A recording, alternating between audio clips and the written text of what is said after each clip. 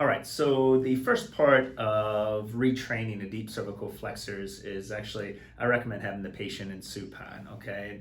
And the first initiation, or like stage one, what I like to do is mainly looking for craniocervical flexion, okay? And really this is, if you think about this, is just more of the nodding motion, okay?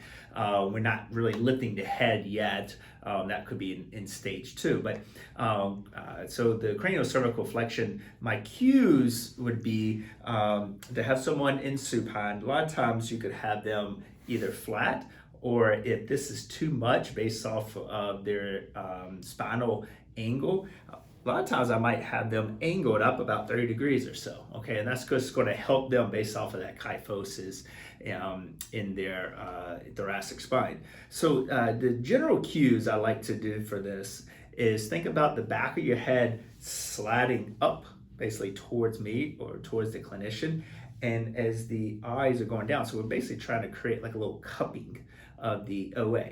All right, so if I get Danielle to basically nod as if you're saying yes, as if the back of the head is coming up towards me and the gaze is going down into her hook line legs there.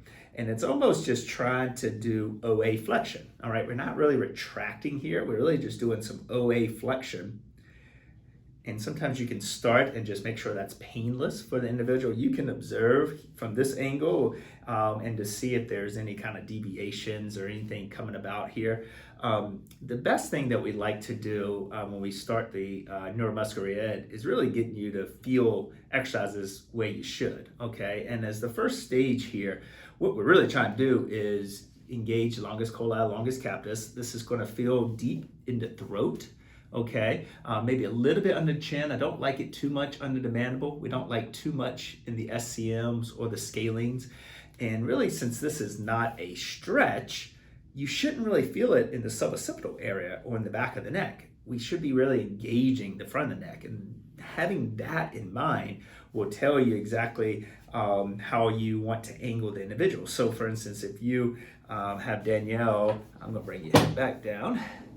If she tries to do that same nodding as if she's saying yes, the back of the head sliding up towards me like a slide and the eyes going that way, and she's like, hey, I just feel a pain in the back of the head or a stretch and I'm not feeling like I'm engaging anything in the front, then that's when you would change your angle, okay?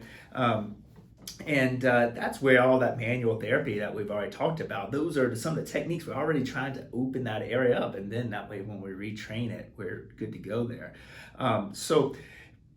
Generally speaking, I like to get started with this. This is my stage one technique. What you can do is just see if she can do it smoothly. I would kind of go from there and see if you can hold it for 10 seconds. And then you can also just increase the repetitions, okay? So maybe the first set is 10. Hey, how did you do?